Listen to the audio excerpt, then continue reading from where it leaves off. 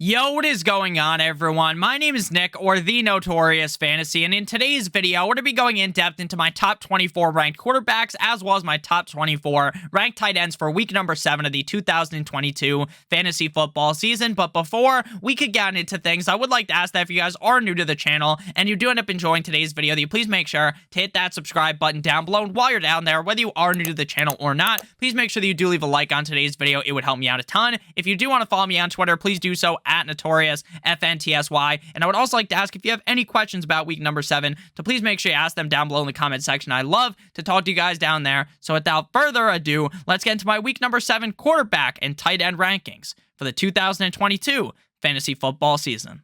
We begin with quarterbacks 1 through 8, and for me, quarterbacks 1 through 4 are no-brainer must-starts every single week. You don't even have to think too much about them. Lamar Jackson is number 1 going up against the Cleveland Browns at home in Baltimore. Lamar Jackson started the season off hot, but recently cooled down just slightly, but he's still the number 2 quarterback in all of fantasy football. The Browns defense has proven to not be all that amazing. I think Lamar Jackson has a grade A performance in this matchup. At number 2, we have Justin Herbert, the pervert of the LA Chargers, going up against the Seattle Seahawks at home in LA. Now, the last 2 games for Justin Herbert have not been the best. Quarterback 18 and 24. Last week, he struggled up against the Denver Broncos, but that's because the Denver Broncos defense is legit. They are the sole bright spot on that team. This week, he plays a not-so-hot Seattle Seahawks defense in a game that could be incredibly high-scoring, a back-and-forth affair, so I definitely want Herbert in my lineup. At number 3, we have Patrick Mahomes of the Kansas City Chiefs going up against the 49ers defense in San Francisco. Now, going into the season, we would have all thought that the 49ers were going to have a great defense,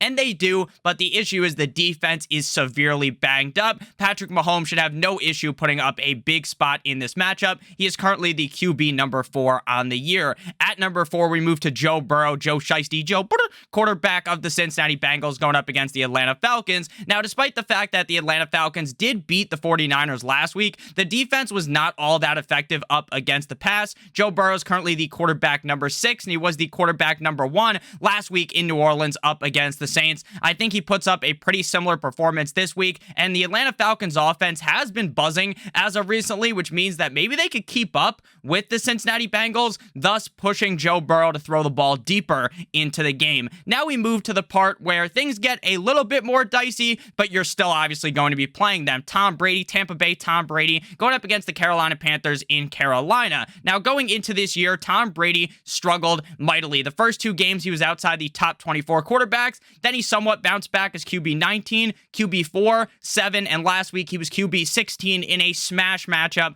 up against the Pittsburgh Steelers. While he didn't just destroy the Pittsburgh Steelers defense, I think the Carolina Panthers in Carolina are his true bounce back game. If Tom Brady struggles in this matchup, if he doesn't absolutely dice up the Carolina Panthers defense, then we are going to have an issue going forward for Tom Brady, and my confidence level in him will not be as high. But right now, you got to play him. You got to throw the pass out and hope that Tom Brady can bounce back here up against the Panthers. At number 6, we have Derek Carr of the Las Vegas Raiders going up against the Houston Texans defense at home in Viva Las Vegas. Now, Derek Carr was on bye last week in week number 6, and he is currently the quarterback number 19 in fantasy football. Typically this season, Derek Carr has kind of struggled against the tougher defenses, but up against the not-so-hot defenses, he has played quite well. The Houston Texans are in the category of a not good defense. So we should expect that Derek Carr could put up a pretty solid spot in this game. At number 7, we have the return game of Dak Prescott, quarterback of the Dallas Cowboys, going up against the Detroit Lions. Now, my personal belief is that Dak Prescott should be 100% good to go in this game, because if he wasn't 100% good to go, they would have just played Cooper Rush, because I understand, oh, they lost last week to the Eagles, but this is the fucking Lions. The Lions defense is putrid. The Lions defense is awful. So Cooper Rush could have easily picked apart that defense. So I don't think they would have activated Dak Prescott to play if he wasn't 100% good to go. This Lions defense, again, they're awful. They are number 1, numero uno in points against, and they had a bye last week, and they're still number 1. I love Dak Prescott in this spot. Now, obviously, it is a little bit risky because maybe he'll be slightly rusty or whatever, but if I'm being honest with you, as the week has gone on, I've talked myself much more into Dak Prescott. At number 8, we have Geno Smith, quarterback of the Seattle Seahawks, going up against the LA Chargers in LA. Now, this season for Geno Smith has just been amazing. I don't think anyone expected Geno Smith to look this good. He's currently the quarterback number 7 in all of fantasy football. This week, he gets the LA Chargers, and we talked about Justin Herbert a little bit ago as the quarterback number 2. I talked about how the Seattle Seahawks do not have a great defense, but their offense is incredibly good, and Geno Smith could fight into this game up against the Chargers, causing this to be a relatively high-scoring game. Now, I thought the same thing for the Seattle Seahawks up against the Cardinals, but the Cardinals offense kind of shit the bed in that game. They did bounce back up against the Saints on Thursday Night Football, but I still like Geno in this spot to finish as a top 10 quarterback. Next up, we move to QB 9 through 16, headlined by Mr. Discount Double Check Aaron Rodgers. Now, Aaron Rodgers was banged up going into that game up against the Jets. He's probably still banged up going into this game, but the Washington Commanders defense has not been very good thus far this season. The Jets defense did definitely do a really good job up against Aaron Rodgers. He certainly struggled in that spot, throwing the ball 41 times for only 26 completions, but the Jets defense has looked legit for multiple weeks in a row. The Commanders defense hasn't looked that great thus far this season. I know they're definitely not the worst defense in the league, so I'm not saying that, but I do think Aaron Rodgers hops back on the saddle and finishes inside of the top 12 this week. At number 10, we have my guy Tua Tagovailoa of the Miami Dolphins going up against the Pittsburgh Steelers on Sunday Night Football. Now, Tua is currently the quarterback number 24 in fantasy football, but it's going to be pretty hard for Tua to be ranked much higher because he missed most of week 4 up against the Bengals, week 5 against the Jets, and week 6 up against the Minnesota Vikings. And this Pittsburgh Steelers defense that he's facing this week is not as good without TJ Watt. Now, last week they found a fucking miracle.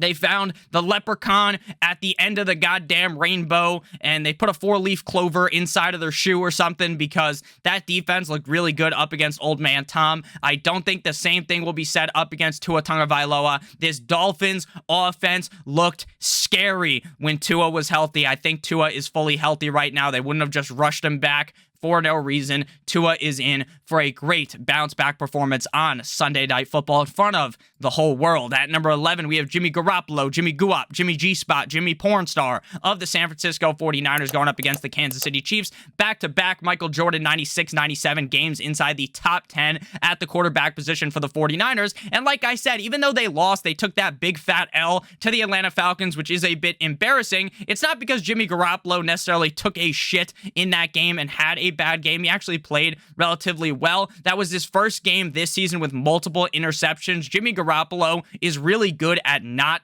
causing a bunch of turnovers in the game. Now, the reason why he doesn't throw a bunch of turnovers is because they like to run the ball. Jimmy G is pretty safe. He doesn't take all these super crazy fucking deep shots where he could throw an interception. He did throw 2 last week, but I'm not too worried about that. This game could be incredibly exciting if the 49ers are able to hold on and keep up with the Chiefs. I think Jimmy Garoppolo is a relatively safe play this week, and he's a pretty safe play every single week. At number 12, we have Jared Goff, the Goffinator, going up against the Dallas Cowboys in Jerry's World. Now, Jared Goff has been pretty good to start off the season. Quarterback 18-8, 18-1, and 29. Now up against the Patriots, he stood no chance. That Detroit Lions offense didn't score a single fucking point in that game.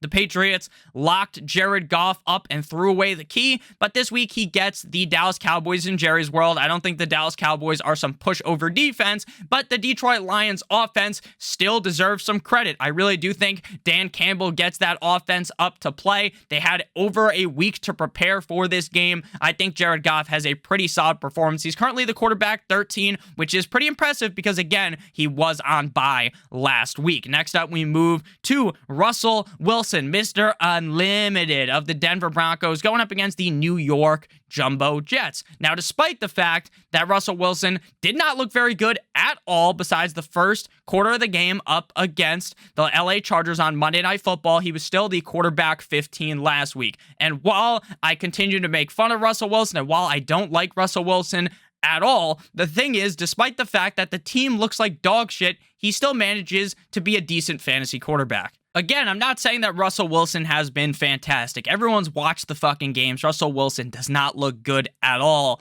and the Jets defense is good, but I find it hard to on a week where I don't love a lot of these quarterback matchups after quarterback 12 to rank him super low down. Plus, Russell Wilson has looked a lot better in non-primetime games this season. Like week 4 was the last time they weren't on primetime up against the Raiders. He was QB3. Maybe that's just wishful thinking. I don't know, but I do think Russell Wilson deserves at least one last let's ride before we really get done with him. Because look, if he has a bad game here, like, it's going to be hard to talk me into playing him next week up against the Jaguars. Next up, we move to Trevor Lawrence of the Jacksonville Jaguars going up against the New York Football Giants. Quarterback 4 last week for Trevor Lawrence, currently a top 12 quarterback in fantasy football. I think his ranking inside the top 16 every single week is fair. Now, he was on a bit of a slump prior to week number 6, QB 30 and 21 in the last 2 games prior to that, but to start off the season, he did look pretty good. The Giants defense definitely is not like some fucking pushover. Right, I don't think Trevor Lawrence is going to run train on that defense, but I still think he's a start-worthy player. At number 15, we have Marcus Mariota of the Atlanta Falcons going up against the Cincinnati Bengals in Cincinnati. Going into the season, I don't think very many people would have predicted that Marcus Mariota would be a top 12 quarterback in fantasy football right now, and he has been incredibly consistent aside from one game this season. So to start off the year, he was quarterback 10, 18, 15, then he had a down game up against the Browns, QB 32. After that, bounces back against the Bucks, QB 10. Last week up against the San Francisco 49ers, quarterback 5. So I think we need to continue to put more respect on Mariota's name. I understand the Bengals defense has looked a little bit better, but it's not like they looked great last week up against the Saints, right? Andy Dalton, the Red Rifle, the Ginger Ninja, had not the hardest of time playing good in that game. So I think Mariota steps up big and finishes inside the top 16. If you told me you wanted to start Marcus Mariota over Russell Wilson, to be honest with you, I don't think I would judge you.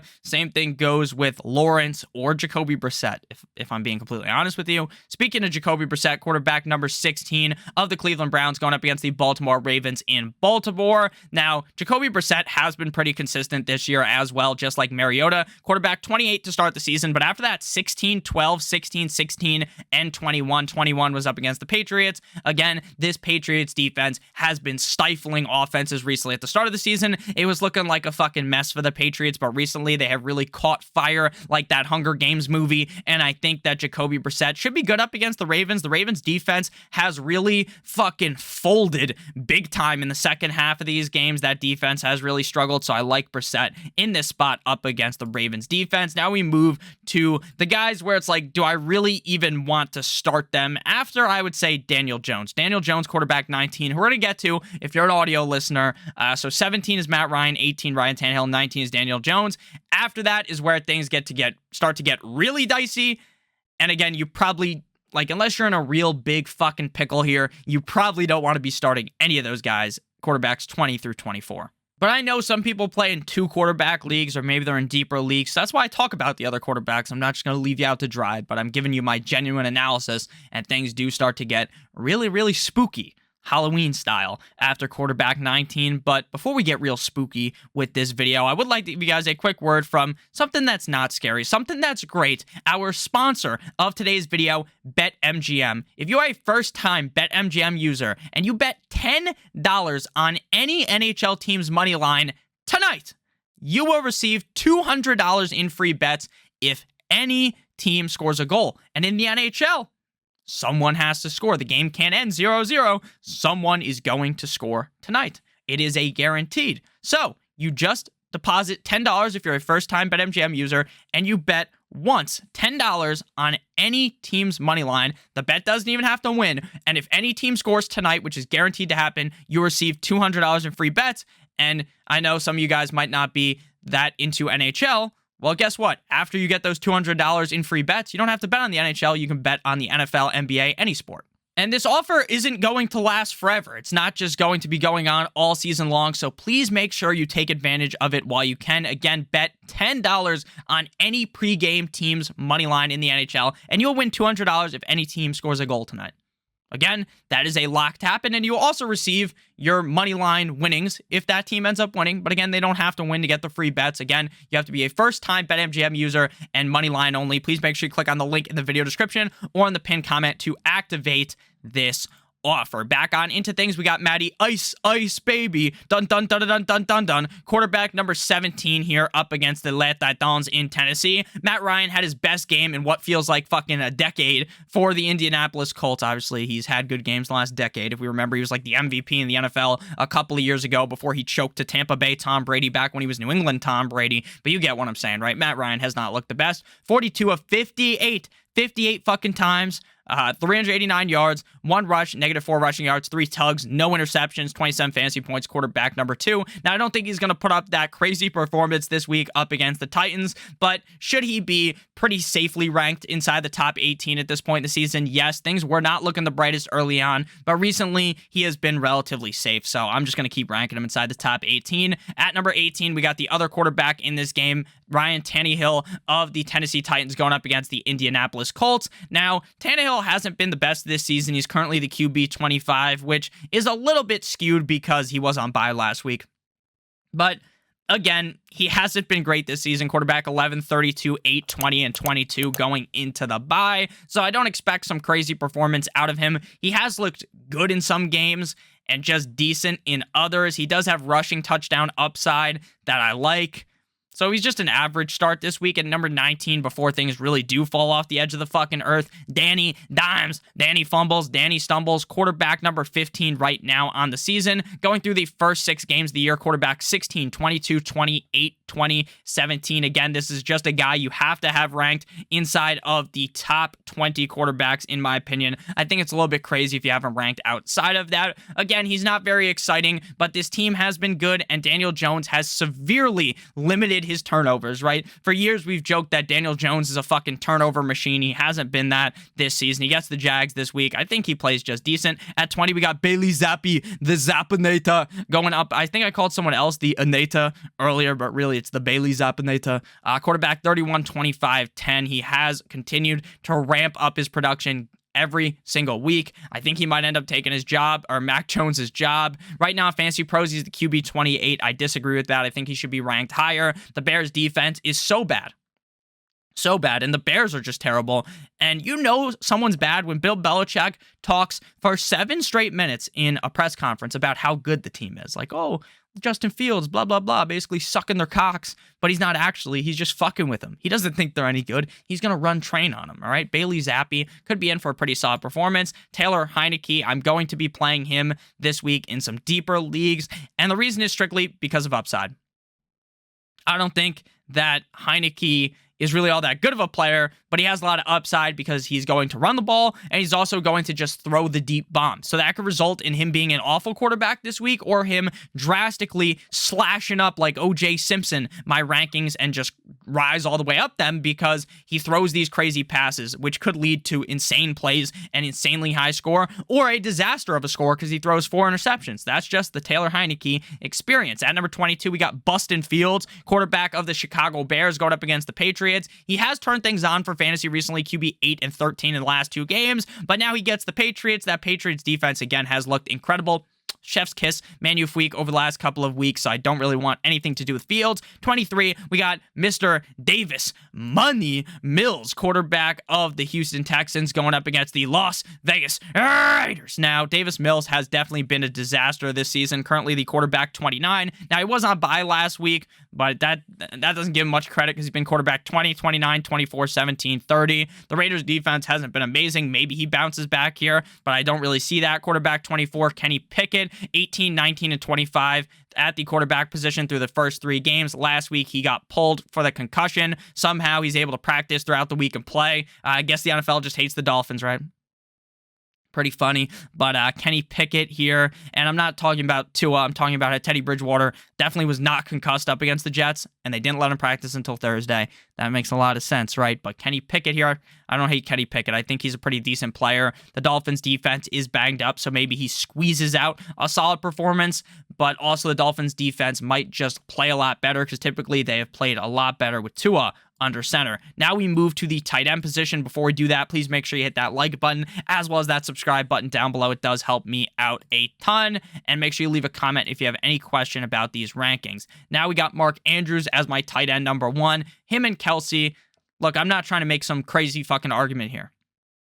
If you have Kelsey at 1 or Andrews at 1, I'm not going to fucking get into some argument with you. For Andrews, it's a no-brainer why you start him. He's currently the tight end number 2 on the season in half PPR.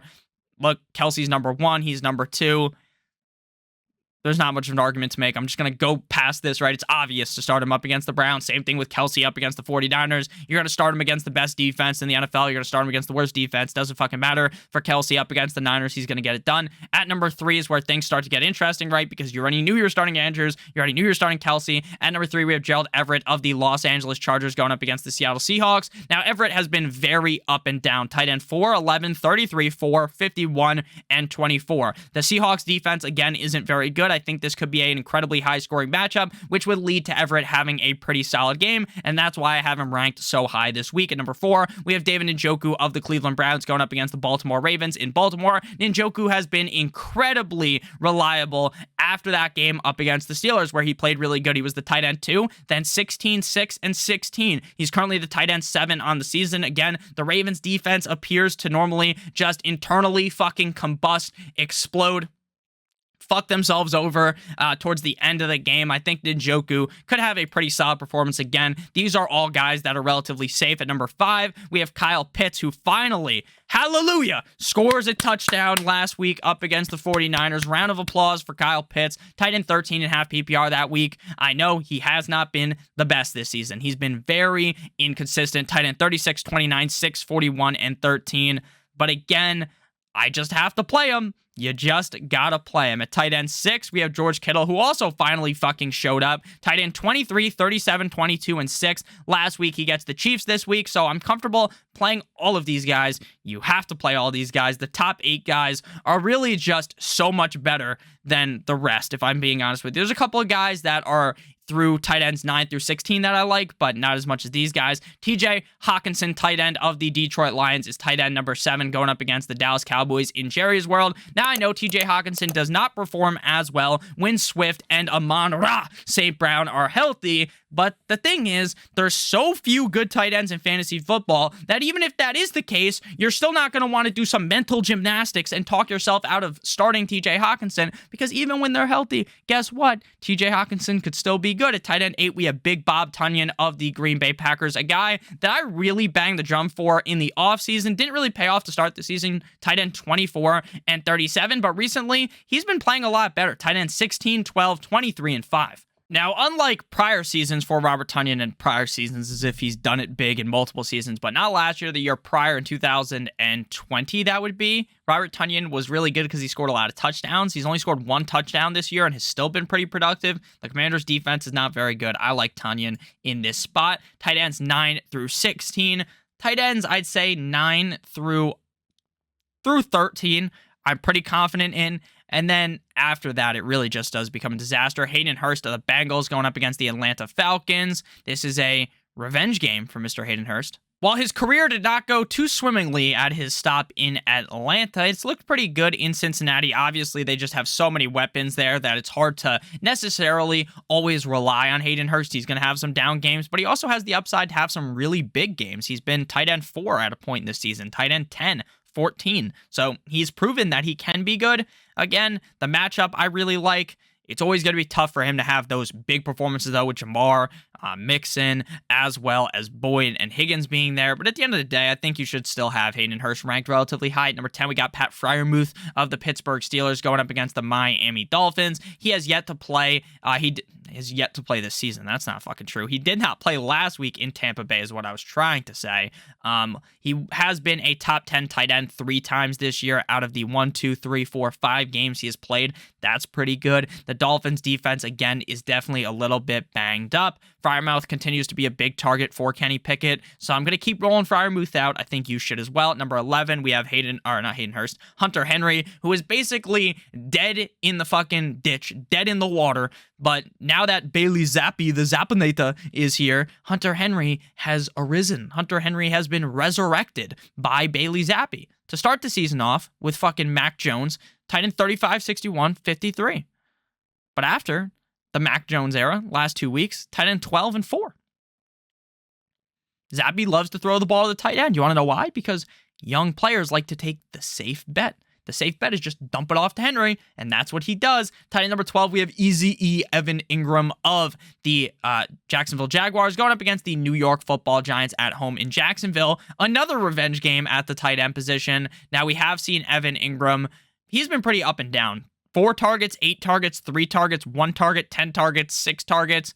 Pretty hard to predict for Evan Ingram, but I do kind of like this game environment for Evan Ingram, so he's a top 12 tight end. At number 13, we have Daniel Bellinger. Daniel Bellinger has been great this year. For a rookie tight end, you typically imagine that they take a while to produce in the NFL. Typically, it takes a while to understand the game at the NFL level for tight ends. It's always been like that, but Bellinger, tight end 13, 17, 33, 9, and 7 back-to-back weeks inside of the top 10. I think you got to start putting some respect on Bellinger's game, or Bellinger's name. He's also scored a touchdown in both of the last 2 games. Next up, we got Noah Fant of the Seattle Seahawks going up against the LA Chargers. Now, last week, I was big into Will Dissly because the Arizona Cardinals suck donkey cock up against the tight end. But Fant ended up being the benefactor of that. He's been a top 24 tight end in all of the last 4 games, a top 18 tight end in 3 of the last 4 games.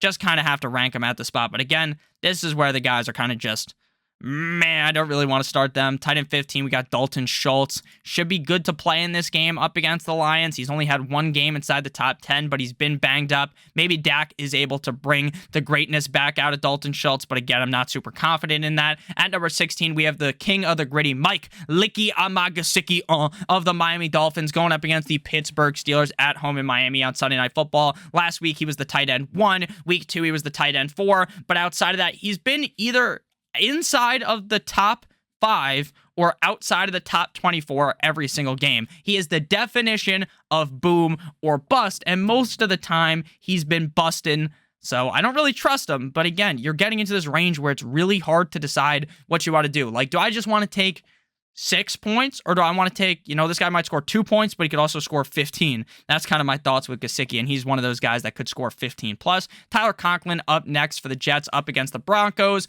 with Zach Wilson under center. Conklin's production has declined. It has been fucking atrocious. Tight end 17, 71, and 40. With cool Joe Flacco, he was tight end 11, 16, and 5. So things have went down the shitter for Tyler Conklin. He gets the Broncos. Tough defense this week. Again, the guys in this range, you're just praying they score. 18, we got Greg Dulcich. He scored last week, 3 targets, 2 receptions, 44 receiving yards, 1 tug, 11 fantasy points, tight end number 9. He almost scored another touchdown if Russell Wilson wasn't so dog shit. So Dulcich is a guy you might want to start, but again, we're in a range where the tight ends are dead. At number 19, we have Cole Kmet of the Chicago Bears going up against the New England Patriots. We've seen a bump up in targets for Kmet, but a bump up in targets means he's went from like 1 target in the first 2 games to now averaging 3.5 targets, 3 targets a game. It's not much, but it's honest work for Cole Kmet. At number 20, we got Kate Otten of the Tampa Bay Buccaneers. Now, it does appear that unless your name is Rob Gronkowski, that Tom Brady doesn't actually use the tight end as much. I guess he used Aaron Rodgers back in the day. Not Aaron Rodgers. Aaron fucking Hernandez back in the day. But let's be honest with you. It's not like Kate Otten has that killer mentality of Aaron Hernandez. But again, he's an okay start. Tight end 25, 14, 28 through the last 3 games. 21, we got Will Dissly. Again, we were kind of hot on the Will Dissly streak. He was a top 10 tight end in 3 of the first 4 games. Recently has kind of dipped, dived, and dodged.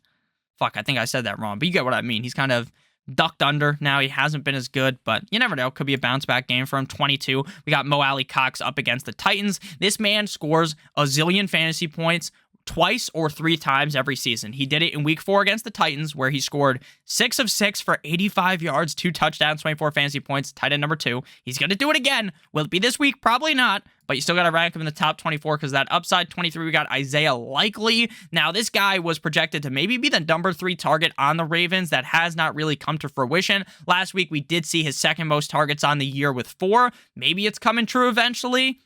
I mean, 1 game I really do think Likely is going to break out. At 24, we have Harrison Bryant of the Browns going up against the Ravens. He's been a top 32 tight end 3 times this season. He's definitely not a guy I'm relying heavily on, but again, I'm not relying heavily on any of these guys ranked tight ends 17 through 24. So thank you guys all so much for watching today's video. If you did end up enjoying, make sure to hit that like button as well as that subscribe button down below. I would love to get any feedback in the comments. If you guys have any questions, leave them down there. I love you guys so much. I hope you have a great rest of your guys' day. Make sure to check out BetMGM, link down below in the video description. I love you guys so much, and as always, good boy!